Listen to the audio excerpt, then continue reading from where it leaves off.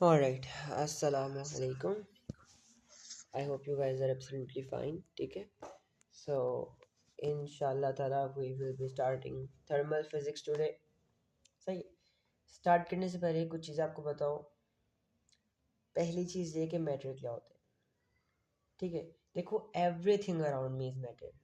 Matter क्या होता है? हर वो चीज़ जिसका मैस होता है, चाहे थोड़ा सा भी मैस हो, एंड हर वो चीज़ जो कि थोड़ा सा स्पेस ऑक्यूपाई करती है ना, इज नोन एज मैटर. मैं मैटर का बना हूँ. मेरे इर्द गिर्द हर चीज़ जिसको मैं हाथ लगा सकता हूँ is made up of matter. Even gas particles are made up of matter. सही है. अच्छा, तो मैटर सबको क्लियर हो गया होगा, आई होप सो, कि मैटर क्या होता है. सेकेंडली, एक हमारे छोटे से ना एक दिमाग में लाइक ख्याल आ रहा होता है कि सबसे छोटी चीज़ क्या होती है जिससे मिल के हर चीज़ बनी है. ठीक है. तो उसका आंसर है atom. Atom basically is the smallest particle. ठीक है. is the smallest particle that can retain its identity. सही है. सबसे छोटा तरीन पार्टिकल है जिससे मिल के हर चीज़ बनी. एटम बहुत छोटा है, बहुत ज़्यादा छोटा है. सही है. आगे आ जाओ. अब आते हैं अपने एक्चुअल टॉपिक पर. ओके. सबसे पहले तो बताता हूँ इंटरनल एनर्जी क्या होती है at temperature. Okay. So temperature को, इंटरनल एनर्जी को छोड़ दो. ये अभी वापस आते हैं थोड़ा आगे कॉन्सेप्ट्स करके ना, फिर सेंस बनाएंगे आपके लिए. अभी ये सेंसलेस है. सही है. अभी समझ नहीं आएगा आपको. टेम्परेचर क्या होता है? देखो टेम्परेचर हम लोग कहते हैं degree of hotness and coldness, कि एक चीज़ कितनी गर्म है और एक चीज़ कितनी ठंडी है. सही है. और टेम्परेचर का जो एस आई यूनिट है वो है केल्विन्स. इसको हम के से रिप्रेजेंट करते हैं. सही है. ओके. टेम्परेचर क्या होता है? It is the degree of hotness and coldness. ठीक है. ये आपको पता होना चाहिए क्योंकि डेफिनेशन में आपको आ सकता है. ये पिंक लाइन जो है आपको पता है, आपने देख लो, मैं नहीं बोल रहा. तो इसके पीछे एक मकसद होगा. मैंने आपको कुछ कॉन्सेप्ट करवाने आगे, वो करवा के वापस आता हूँ एंड फिर समझाऊंगा ये. फिर it will make sense for you. सही है. आगे आ जाओ. ऑलराइट.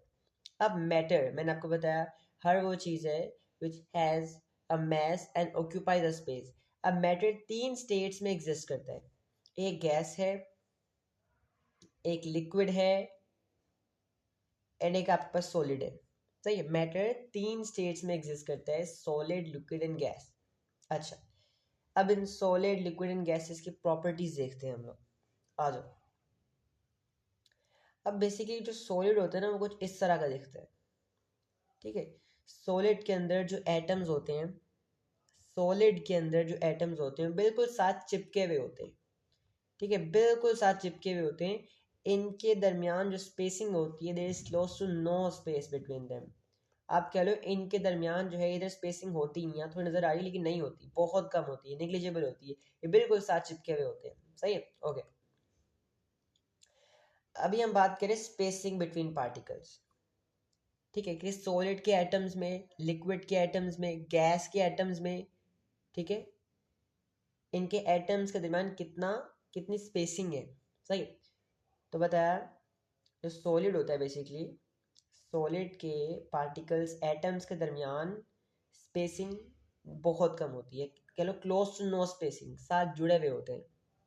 सही. लिक्विड में आ जाओ. लिक्विड में भी बिल्कुल स्पेस नहीं होती, लेकिन एज कंपेयर टू सॉलिड इसमें स्पेसिंग ज़्यादा होती है. इसमें पार्टिकल थोड़े दूर दूर होते हैं. ठीक है. सॉलिड्स में बिल्कुल चिपके हुए होते हैं. लिक्विड्स में थोड़ा सा डिफरेंस होता है दरमियान में, थोड़ा सा स्पेसिंग होती है दरमियान में, बहुत बहुत माइनर सा डिफरेंस है. गैस में बहुत ही ज़्यादा होता है. आप कंपेयर कर लो कि ये सॉलिड है, ये लिक्विड, और गैस में तो कितना ही ज़्यादा है ना. गैस में तो कह लो आधे से ज़्यादा जगह खाली है इसके अंदर. सही है. तो अभी हमने क्या देखा? स्पेसिंग की बात की. प्रॉपर्टी हमने स्पेसिंग की बात की कि सॉलिड में स्पेसिंग बहुत कम होती है, बहुत क्लोज होते हैं एटम्स.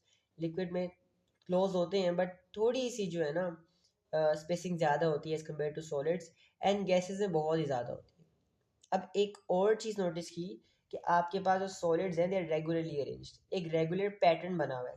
देखो यहाँ पे एक रेगुलर पैटर्न बना हुआ है. They are regularly arranged. जैसे प्राइवेट स्कूल में असेंबली में खड़े होते हैं ना लोग, बिल्कुल वैसे ही. एंड ये आप कह लो गवर्नमेंट स्कूल में लोग असेंबली के लिए खड़े हुए हैं. सही है, इसमें बहुत ज़्यादा इरेगुलर पैटर्न है, एंड गैसेस में भी इरेगुलर पैटर्न है। सही है, आ जाओ आगे। अच्छा, अब ये IMF क्या है? ये पाकिस्तान वाला IMF नहीं है, ये IMF कहते हैं inter molecular forces, forces between molecules और atoms of a substance.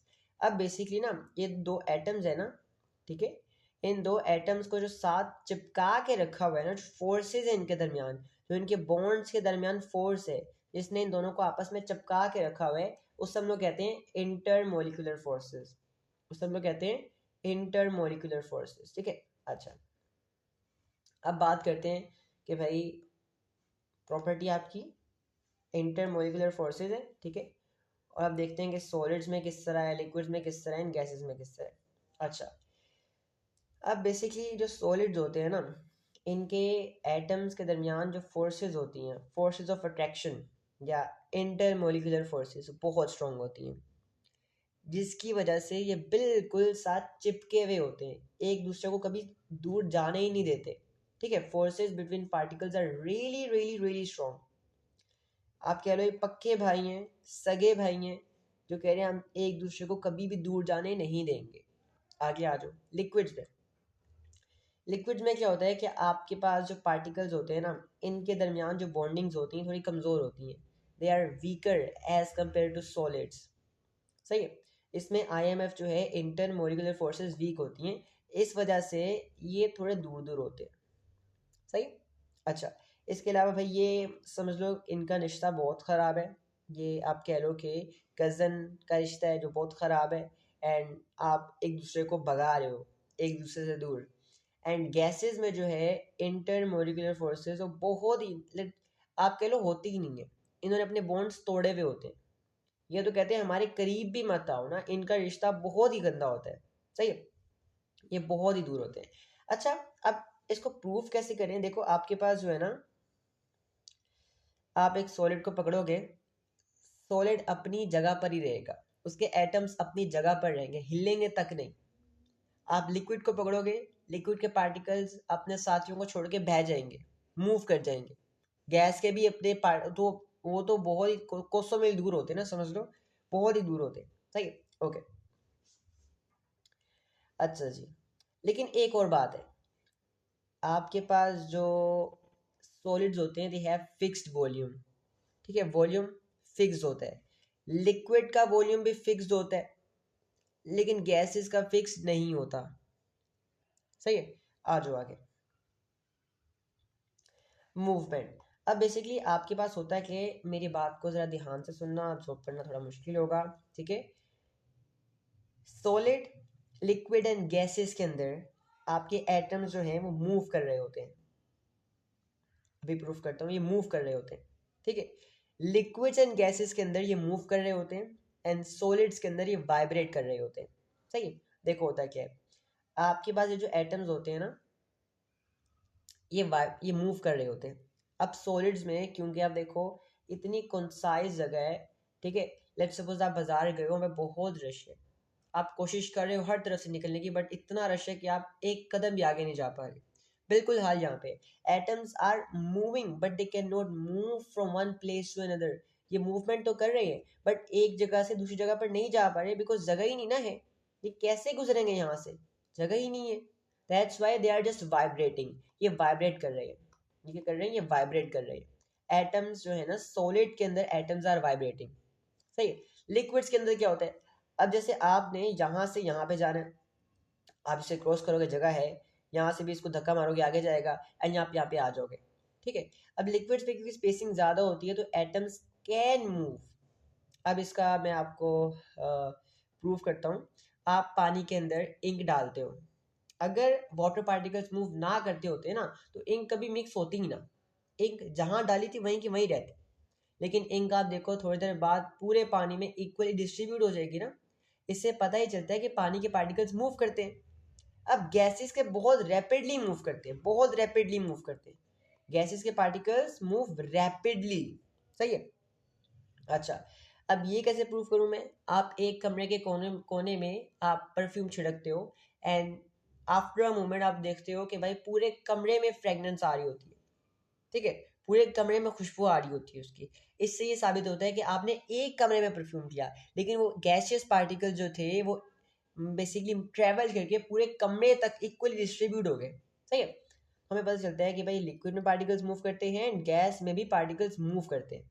Okay, मैंने बताया कि स्पेसिंग, ठीक है, भाई सॉलिड लिक्विड एंड गैसेस में स्पेसिंग कितनी कितनी है, इनके दरमियान इंटरमोलिकुलर फोर्सेस कितनी कितनी है, वॉल्यूम किनका फिक्स है किनका नहीं, और मूवमेंट किनकी ज़्यादा है किनकी कम है। सही है, अच्छा अब बेसिकली ऊपर आ जाओ। अब समझाता हूँ इंटरनल एनर्जी क्या होती है। बेसिकली इंटरनल एनर्जी मैंने आपको एनर्जी के चैप्टर में पढ़ाया था, लेकिन मैंने आपको बस बताया था, डिटेल में नहीं कराया था, तो मैं डिटेल में अब कराऊंगा। इंटरनल एनर्जी कहते हैं energy of atoms. Internal energy जो है ना, ये दो एनर्जीज का सम होता है। सम का मतलब क्या होता है, दो एनर्जीज को मिलाया जाए ना तो इंटरनल एनर्जी बनती है। अब मैंने आपको बताया कि एटम्स मूवमेंट कर रहे होते हैं, सॉलिड्स में वाइब्रेट, लिक्विड्स एंड गैसेस में मूव कर रहे होते हैं बकायदा। अब याद करो which energy is related to movement of something. जब कोई ऑब्जेक्ट मूव कर रहा होता है उसके अंदर कौन सी एनर्जी होती है, काइनेटिक एनर्जी। सही है, तो काइनेटिक एनर्जी, ठीक है, प्लस पोटेंशियल एनर्जी। ये पोटेंशियल एनर्जी जो है ना, ये इंटरमोलिकुलर फोर्सेस की वजह से होती है। इंटरमोलिकुलर फोर्सेस जितनी कम होंगी उतनी पोटेंशियल एनर्जी ज़्यादा होगी, जितनी IMF ज़्यादा होगी उतनी पोटेंशियल एनर्जी कम होगी। अभी एक कान से जाए दूसरे कान से निकल जाए, मैं समझाता हूँ, हमने डिटेल में करना आगे। सही है, तो बेसिकली ये एनर्जी जो है, इंटरनल एनर्जी जो है, it is a sum of kinetic energy and potential energy of the atoms. सही है, अच्छा आगे आ जाओ। ये कॉन्सेप्ट मैंने कराना है, अभी इसको छोड़ दो। ओके, जूम पे 35 मिनट्स 36 मिनट की रिकॉर्डिंग होती है, जितनी होगी मैं फिर दोबारा बना लूंगा। सही है, ओके, अच्छा जी। तो ये हमने कर लिया सॉलिड लिक्विड एंड गैसेस के प्रॉपर्टीज, जो कि मेरे ख्याल है आप क्लास 3 4 में करते हो। बच्चों वाले कॉन्सेप्ट्स मैंने आपको करवा दिए, अब और बच्चों वाले कॉन्सेप्ट्स पे चलते हैं। ठीक है, स्टेट चेंज। ओके, अब मैटर जो है ना, बेसिकली अपनी स्टेट चेंज कर सकता है। क्या मतलब कि वो एक स्टेट से दूसरे स्टेट पे जा सकता है या उस स्टेट से वापस भी आ सकता है। ठीक है, तो matter can change it state. आपको स्टेट चेंज इसका नाम पता हो, सही है, ओके।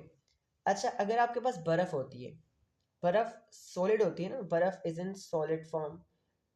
अगर आप उसको बाहर रखते हो तो वो लिक्विड बन जाती है, एंड उससे आप क्या कहते हो, बर्फ मेल्ट होगी ना। तो सॉलिड से लिक्विड पे जाने के लिए आप कहते हो मेल्टिंग। आप पानी रखते हो चूल्हे पे, पानी बॉयल होने लग जाता है, पानी गैस में कन्वर्ट होता है, आप क्या कहते हो, पानी बॉयल हो रहा है ना। तो लिक्विड से गैस में जाने के लिए जो टर्म आपको पता होनी चाहिए, दैट इज बॉइलिंग।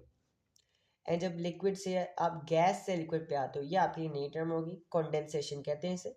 ठीक है, और जब आप लिक्विड से सॉलिड पे जाते हो, आपने पानी रखा फ्रिज में तो बर्फ, क्या आप कहते हो, बर्फ फ्रीज होगी ना, फ्रीजिंग होगी। तो लिक्विड से सॉलिड पे जाने के लिए हम कहते हैं फ्रीजिंग, ऐसे आप सॉलिडिफिकेशन भी कह सकते हो, सॉलिडिफिकेशन भी कह सकते हो। एंड अगर आप डायरेक्ट सॉलिड से लिक्विड गैस पे जा रहे हो तो दैट इज सब्लिमेशन। आपको बस एक एग्जांपल बताओ, एंड वो क्या है, dry ice. Dry ice basically is made up of carbon dioxide. तो जब आप इसको ड्राई आइस को हवा में रखते हो तो वो मेल्ट नहीं होती, वो डायरेक्ट कार्बन डाइऑक्साइड में कन्वर्ट होती है, डायरेक्ट गैस में जाती है वो। सही है, ऑलराइट। सो ये आपके पास था स्टेट चेंजेस। ठीक है, आगे आ जाओ। अब बेसिकली थोड़ा और डेप्थ में चलते हैं। ठीक है, मैं कहता हूँ कि भाई आपके पास टेम्परेचर का क्या रिलेशन है मूवमेंट ऑफ पार्टिकल्स से। मैंने आपको अभी बताया कि सॉलिड में पार्टिकल्स वाइब्रेट कर रहे होते हैं, लिक्विड में मूव कर रहे होते हैं, और गैसेस में मूव कर रहे होते हैं। तो भाई टेम्परेचर का क्या रिलेशन है मूवमेंट ऑफ पार्टिकल से। अगर हम टेम्परेचर बढ़ाते हैं तो मूवमेंट ऑफ पार्टिकल्स को क्या होगा, अगर हम टेम्परेचर कम करते हैं तो मूवमेंट ऑफ पार्टिकल्स को क्या होगा। सही है, या इजियर टर्म में कह लो, relation of kinetic energy of atoms and temperature. सही है, देखो अब ये चीज़ आपको पता हो, ठीक है, काफ़ी ज़रूरी चीज़ है ये। ऑल राइट, तो देखो, ओके, अब इनमें से हमारे पास सॉलिड्स हैं, लिक्विड्स एंड गैसेस, सबको पता है। सॉलिड पार्टिकल साथ साथ है, लिक्विड में थोड़ी स्पेसिंग है, गैसेस में बहुत ही दूर है। हम इनमें से कोई एक ले लेते, मैंने ये ले लिया, मैंने गैस ले ली। अब देखते हैं कि जब हम इनको टेम्परेचर इंक्रीज करते हैं तो इनके साथ क्या होता है, इनकी मूवमेंट के साथ, और जब टेम्परेचर डिक्रीज करते हैं तो इनकी मूवमेंट के साथ क्या होता है। फर्स्ट ऑफ ऑल मैंने नीचे आग लगा दी है, एंड आग लगाने की वजह से आपको पता है मैं क्या कर रहा हूँ, मैं टेम्परेचर को इंक्रीज कर रहा हूँ। मैं क्या कर रहा हूँ, मैं टेम्परेचर को इंक्रीज कर रहा हूँ, ऐसा ही है ना, मैं टेम्परेचर को इंक्रीज कर रहा हूँ। ओके, आ जाओ अब। ऑलराइट, सो ओके, अब मैंने क्या किया कि हीट करना स्टार्ट किया। इस आग में कौन सी एनर्जी है, हीट एनर्जी है, ठीक है। ये हीट एनर्जी जाएगी, हीट एनर्जी जाएगी जाएगी जाएगी जाएगी, ठीक है। और क्या होगा, ये हीट एनर्जी कन्वर्ट हो जाएगी किस पे, काइनेटिक एनर्जी में, ठीक है। सुनना ध्यान से, आपकी जो हीट एनर्जी होती है ना, जब ये एटम्स तक पहुंचती है ना, जब एटम्स का टेम्परेचर बढ़ता है तो क्या होता है, जो हीट एनर्जी होती है ना, it converts to kinetic energy. ये काइनेटिक एनर्जी में कन्वर्ट हो जाती है। क्या मतलब, कि जब आप पार्टिकल्स को हीट करते हो, they start moving faster and faster, उनकी मूवमेंट बढ़ जाती है, ठीक है, उनकी मूवमेंट बढ़ जाती है, ऐसा ही है ना। तो जब आप गैसियस पार्टिकल्स को हीट करोगे, they will gain kinetic energy. Kinetic energy is something related to movement of something, and जब के ई बढ़ेगी तो they will start moving faster and faster, इनकी स्पीड बढ़ जाएगी ना, ठीक है। एंड लेट्स सपोज मैं ठंडा करता हूँ इसे, मैं इसे कूल करना स्टार्ट करता हूँ, ठीक है, कूल करना स्टार्ट करता हूँ।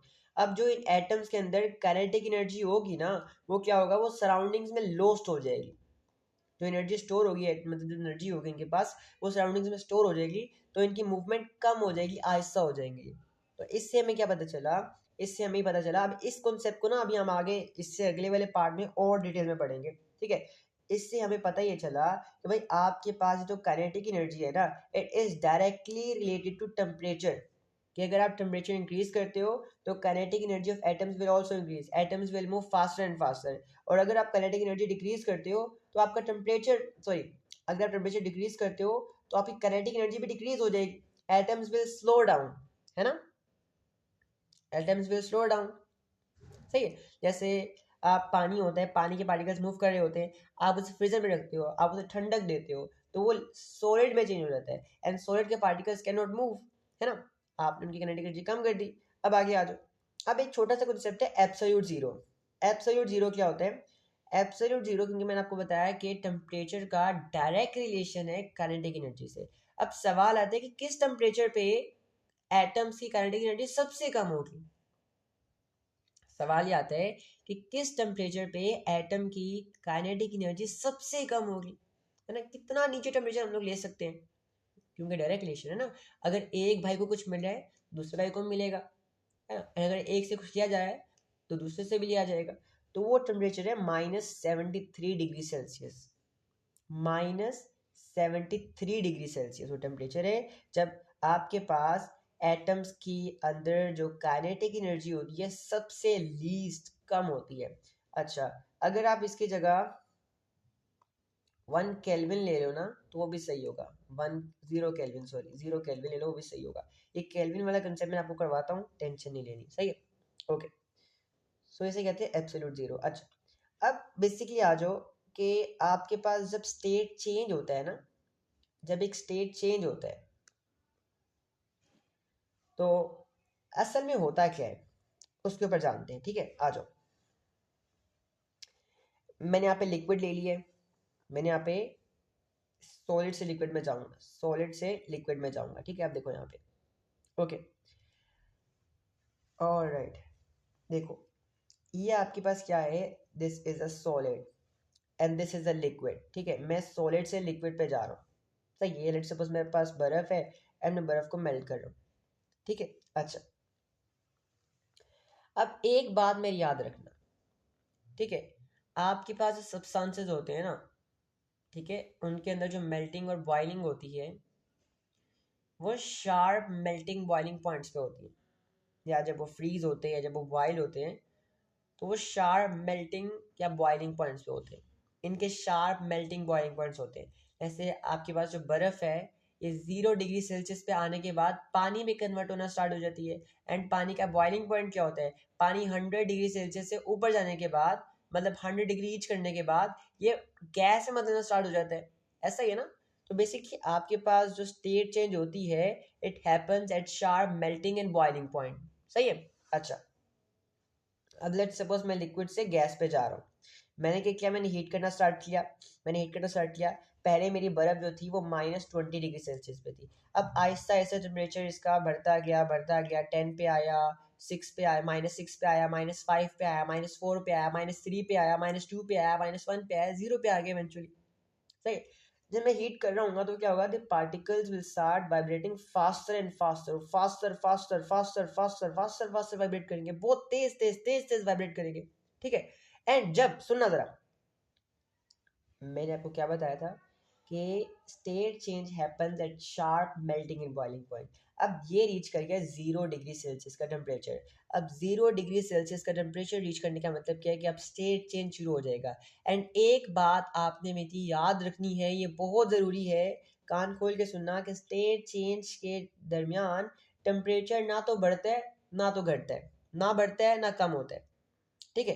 क्या मतलब कि आप जितनी मर्जी हीट दे दो, एक बर्फ है वो 0 डिग्री सेल्सियस पे आ गई, आप चूल्हे पे जितनी मर्जी हीट दे दो, इसका टेम्परेचर 0 से ना ऊपर जाएगा ना नीचे आएगा। क्यों बताया, मेल्टिंग पॉइंट या बॉइलिंग पॉइंट रीच करने के बाद स्टेट चेंज स्टार्ट हो जाता है। एंड स्टेट चेंज के वक्त क्या हो रहा होता है कि जितनी भी एनर्जी निकल रही होती है, जितनी भी एनर्जी एटम्स को मिल रही होती है, वो सारी एनर्जी इनके दरमियान जो बॉन्ड्स होते हैं ना, इन बॉन्ड्स को तोड़ने के लिए, ठीक है, break down the bonds, bonds को तोड़ने में लग जाती है सारी की सारी एनर्जी, बॉन्ड्स को तोड़ने में सारी की सारी एनर्जी लग जाती है। सही। तो अभी तक क्या सीखा, मैंने आपको सिखाया कि आपके पास स्टेट चेंज होता है, it happens at sharp melting and boiling point. ठीक है। एंड जब आपका मेल्टिंग या बॉइलिंग पॉइंट रीच कर जाए तो क्या होता है, टेम्परेचर बढ़ना कम होना बंद हो जाता है। उस टाइम क्या हो रहा है, आपके पास जो है सारी की सारी energy is being utilized to overcome the bonds और इंटरमोलिकुलर फोर्सेस बिटवीन एटम। सही है। अच्छा, अब बेसिकली मेल्टिंग बॉइलिंग पॉइंट तो बता दिया। आपके पास जो मेल्टिंग पॉइंट होता है वही आपके पास क्या होता है, फ्रीजिंग पॉइंट होता है। ठीक है। एंड जो बॉइलिंग पॉइंट होता है वही कंडेंसिंग पॉइंट होता है सब्सटेंसेस का। ओके, आ जाओ। अच्छा, जब ठंडा करते हो तब क्या होता है, जब ठंडा करते हो तो इनके अंदर जो एनर्जी होती है ना, जो कनेटिक एनर्जी होती है, वो सराउंडिंग्स में लॉस्ट हो जाती है in form of thermal energy. वो सराउंडिंग्स में लॉस्ट हो जाती है इनकी एनर्जी, जिसकी वजह से इनकी स्पीड कम हो जाती है। एंड कम होने की वजह से इनके बॉन्ड स्ट्रॉन्ग हो जाते हैं। ठीक है। जैसे आप कह लो कि एक बच्चे को पकड़ा है, बहुत शरारत कर रहा है, आपने कैंडी पकड़ा दी, वो हिलना चुलना बंद हो गया, एंड आपने उसको कस के पकड़ लिया। सही है, बिल्कुल ऐसे ही। अब ये की पॉइंट्स है बहुत जरूरी। A change of to sorry a change of state लिखना भूल गया माशाल्लाह।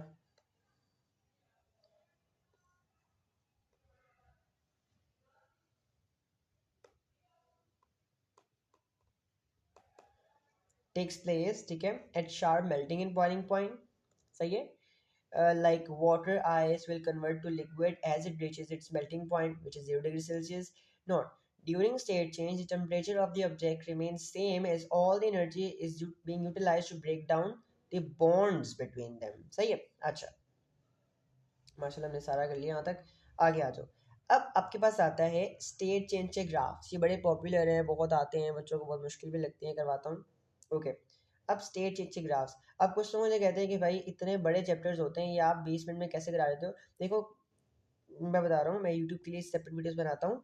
जो आपकी क्लास के साथ वीडियोस होते हैं उनमें आप मतलब आंसर्स ले रहे होते हो, लाइव नोट्स बना रहे होते हो, उसमें काफ़ी टाइम लग जाता है। अब नोट्स बने हुए हैं, सब कुछ पता है मुझे, मैं सिर्फ आपको बता रहा हूँ, तो इसलिए जल्दी जल्दी करवा रहा हूँ। सही है। ओके। क्योंकि मैं सोचता हूँ कि भाई एक एक घंटे की वीडियो डालना, बीच में डिस्कशंस आती हैं, वो टाइम वेस्ट है। तो टाइम वेस्ट ना हो, एक क्विक रिवीजन के लिए जो है ना आपकी काम आए सही तरह।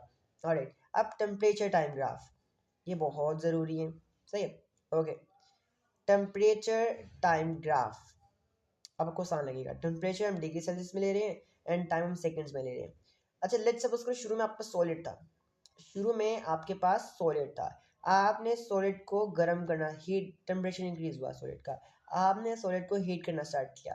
अब ये ग्राफ में स्ट्रेट लाइन क्या रिप्रेजेंट कर रहा है कि ओवर टाइम आपका टेम्परेचर इंक्रीज हो रहा है, कि ओवर टाइम आपका टेम्परेचर इंक्रीज हो रहा है, ठीक है। अब आपने सॉलिड को हीट करना स्टार्ट किया, गर्म हो रहा है, टेम्परेचर बढ़ रहा है, बढ़ रहा है, एक पॉइंट आया टेम्परेचर बढ़ना बंद हो गया।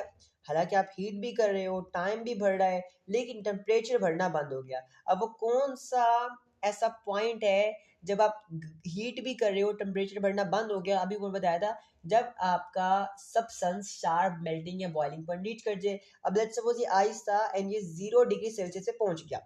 अब क्या होगा? अब भाई स्टेट चेंज हो रहा है, स्ट्रेट लाइन रिप्रेजेंट कर रही है, स्टेट चेंज हो रहा है। टेम्परेचर आपका नहीं बढ़ रहा, टाइम बढ़ रहा है, स्टेट चेंज हो रहा है, because all of the energy is being utilized to break down the bonds between them. अच्छा, अब फिर स्ट्रेट लाइन आ गई, मतलब क्या है कि स्टेट चेंज हो गया, आप गर्म गर्म करी जा रहे हो, आप टेम्परेचर बढ़ना स्टार्ट हो गया। अब इसका मतलब क्या है कि यहाँ पे सॉलिड प्लस लिक्विड था, ठीक है, यहाँ पे हमारे पास प्योर लिक्विड आ गया। अब बढ़ रहा है,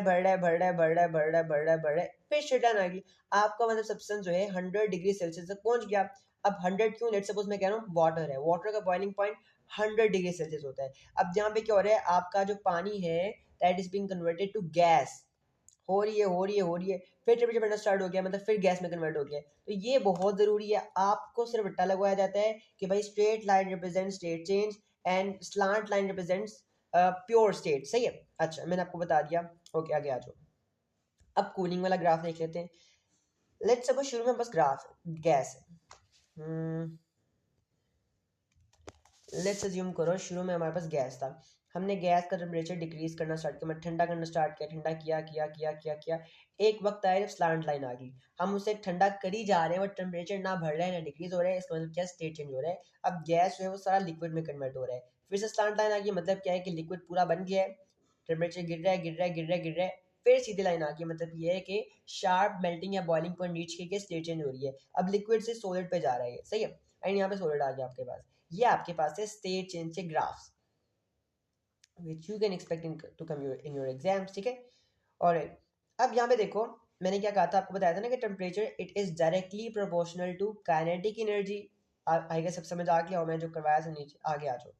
ऑलराइट, तो ये हमारा सारा हो गया। अच्छा, अब नेक्स्ट टॉपिक हमारा है boiling point, boiling and evaporation. अब बॉइलिंग एंड इवेपोरेशन क्या होता है? देखो, बॉइलिंग में क्या होता है, बॉइलिंग में भी एंड इवेपोरेशन में भी क्या होता है कि आपके पास स्टेट चेंज हो रहा होता है, आप लिक्विड से गैस में जा रहे होते हो, ठीक है। बॉइलिंग पॉइंट में एंड इवेपोरेशन में होता है बेसिकली क्या है जनरली, कि आप लिक्विड से गैस में जा रहे होते हो, ठीक है। लेकिन फर्क क्या है? फर्क ये है कि बॉइलिंग जो है वो स्टेट चेंज है, क्या मतलब? बॉइलिंग शार्प 100 डिग्री सेल्सियस पे होती है, लेकिन इवेपोरेशन जो है बेसिकली ये 100 डिग्री से नीचे किसी भी टेम्परेचर पे अगर आपका वाटर या लिक्विड गैस में जा रहा है तो वो इवेपोरेशन है। ध्यान से सुन लो, बॉइलिंग एंड इवेपोरेशन बोथ, ठीक है, इन बोथ दीज आपके लिक्विड जो है वो गैस में जा रहा होता है, ठीक है। अगर अगर आपका लिक्विड गैस में जा रहा है 100 डिग्री सेल्सियस रीच करने के बाद, देन दैट इज बॉइलिंग। लेकिन अगर आपका लिक्विड जा रहा है गैस में 100 डिग्री से नीचे किसी भी टेम्परेचर पे, तो वो आपके पास इवेपोरेशन है, सही है। अब एक और चीज, इवेपोरेशन जो है ना बेसिकली सिर्फ और सिर्फ सरफेस पे होती है। क्या मतलब? जैसे ये आपके पास ये थोड़ी सी, मतलब समझ लो दीवार है, या आप कह लो कटोरा है, कोई भी चीज़ है, बर्तन है, एंड इसके जो वाटर पार्टिकल्स हैं, अब कुछ वाटर पार्टिकल्स नीचे हैं, कुछ सरफेस के ऊपर है, सही है। अब बेसिकली जो सरफेस के ऊपर वाटर पार्टिकल्स होते हैं ना, they basically they are high energetic particles, इनके अंदर एनर्जी ज़्यादा होती है एज कम्पेयर टू नीचे वाले, सही है। तो हाई एनर्जेटिक पार्टिकल्स जो होते हैं ना बेसिकली, ये क्या करते हैं, मौका देख के अपने सरफेस को छोड़ के भाग जाते हैं। आप कह लो बेईमान लोग होते हैं ये। तो बेसिकली आपके पास जो एवेपोरेशन है वो सिर्फ सरफेस के ऊपर जो पार्टिकल्स है सिर्फ वहीं से होती है, नीचे वाले नहीं जाते, सही है। अब देखो यहाँ पे एक आपके पास एक ग्लास है, बताओ कहाँ से होगी? ये ए है, ये बी है, ये सी है, ये डी है, ये ई है, कौन सा पार्टिकल इवेपोरेट करेगा? जो पार्टिकल सरफेस के पास होगा ना, जैसे सरफेस है तो सरफेस के पास होगा वो सबसे पहले इवेपोरेट करेगा, तो ये ए जाएगा। अच्छा, बॉइलिंग जो है वो थ्रू आउट लिक्विड होती है, मतलब हर जगह से पानी गैस में जाएगा, लेकिन इवेपोरेशन में सिर्फ सरफेस के पास वाले पार्टिकल्स जाएंगे गैस के अंदर, सही है। I hope it make sense, आगे आ जाओ। अब भाई फैक्टर्स अफेक्टिंग इवेपोरेशन, हम इवेपोरेशन रेट को बढ़ा सकते हैं कि भाई एक सेकंड के अंदर कितना पानी इवेपोरेट हो रहा है, उस चीज़ को बढ़ा सकते हैं, कम भी कर सकते हैं। किस चीज़ पे डिपेंड करता है? एयर पे, हवा पे, टेम्परेचर पे एंड सरफेस एरिया पे। अब लेट्स सपोज कि भाई आपने एक बर्तन में पानी रखा, ठीक है, सेम बर्तन है, आइडेंटिकल बर्तन है, सेम अमाउंट ऑफ वाटर है। अब दो सिनेरियोज हैं, एक सिनेरियो में हवा चल रही है एंड एक सिनेरियो में हवा नहीं चल रही। कौन सा पानी पहले इवेपोरेट होगा? ऑफ कोर्स ए का। बेसिकली आपके पास इवेपोरेशन रेट इफेक्ट होता है हवा से। आप लोग नहा के आते हो, आपकी बॉडी में जो पानी होता है, जब आप पंखे में बैठते हो जल्दी सूख जाते हैं, है ना, जल्दी सूख जाते हैं। लेकिन वही अगर आप खुश्क मतलब या हब्स में बैठे हो तो वो और आपको पसीना आना शुरू हो जाता है, सही है। तो बेसिकली एयर बढ़ाने से, हवा बढ़ाने से, ठीक है, हवा बढ़ाने से आपका इवेपोरेशन रेट बढ़ जाता है, जल्दी पानी इवेपोरेट होता है।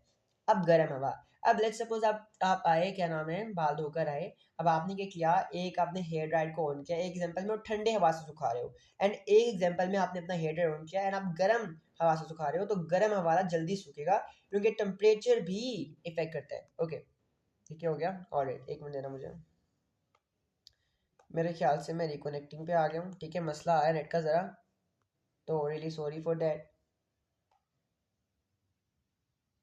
ऑलराइट, स्क्रीन रिकॉर्डिंग करना हर चीज़ मुश्किल हुआ है इस नेट की वजह से, अल्लाह पाक नेट वाले को हदायत दे। चलो, नेट वालों का कसूर नहीं, पीछे सर्वर्स डाउन आ रहे हैं, बड़ा मसला आ रहा है ये स्ट्राइक्स की वजह से, प्रोटेस्ट की वजह से ना। तो अभी भी स्क्रीन शो नहीं हो रही है, क्या मसला आ रही है? अब तो स्क्रीन शो होनी चाहिए यार। चलो, वैसे भी बंद होने वाली मीटिंग, और चलो। तो गर्म हवा वाले बाल जल्दी सूखेंगे बिकॉज टेम्परेचर भी इफेक्ट करता है इवेपोरेशन को। जितना ज़्यादा टेम्परेचर होगा, जितनी ज़्यादा हीट होगी, उतना जल्दी आपका पानी इवेपोरेट होगा। Next, surface area. अब आपके पास एक कप पानी था, आपने इस एक कप पानी को पहले ग्लास में डाल दिया एंड एक कप पानी को आपने ज़मीन फेंक दिया, सेम अमाउंट ऑफ वाटर। आप देखोगे ग्लास वाला पानी को इवेपोरेट होने में बहुत टाइम लगेगा, लेकिन जो सरफेस वाला होगा, जो आपने ज़मीन में फेंका होगा, वो बहुत जल्दी हो जाएगा, सही है। तो सरफेस एरिया बढ़ाने से भी आपका इवेपोरेशन रेट बढ़ता है, सही है। अच्छा, so this was all for today, काफ़ी थक गया। चलो, मैंने आपको इवेपोरेशन बॉइलिंग करवा दिया, ये ग्राफ्स करा दिए, स्टेट चेंज का डिटेल में करा दिया, इसके अलावा absolute zero, state change, properties of matter, thermal physics, हमने कर लिया सारा, सही है। Okay, so see you in the next video. अगर पसंद आए तो लाइक शेयर सब्सक्राइब कर देना प्लीज़, एंड शेयर भी कर देना आगे, सही है। Because for me education business नहीं है भाई, ये सबका राइट है, सबके पास होना चाहिए। अगर आप पेड क्लासेस कह रहे हो, पेड भी ले लो, फ्री भी आपके पास है, ठीक है, आप जो चाहो ले सकते हो। बस इतना है कि यूट्यूब पर जब फ्री होता है मैं डाल देता हूँ, बट पेड पर आपको पता है पूरी रिस्पॉन्सिबिलिटी होती है एंड काफ़ी और चीज़ें होती हैं। मैं बहुत ज़्यादा चार्ज नहीं कर रहा, सिर्फ महीने का 2000 ले रहा हूँ, जो आई गेस कोई भी ओ लेवल्स का टीचर नहीं ले रहा होता। कोई टीनेजर भी हो ना, वो स्टार्ट करना चाहे तो 7000 मिनिमम मांगते हैं लोग, ठीक है। मेरे पास 2-3 बच्चे भी हो ना, मैं 2000 ही लेता हूँ, मैं ज़्यादा नहीं लेता, सही है। तो अगर क्लासेस लेनी हो so just feel free to contact me, description में या आपको जहाँ पे टाइटल होता है वहाँ मेरा नंबर मिल जाएगा, सही है। तो अल्लाह हाफ़िज़ एवरीवन।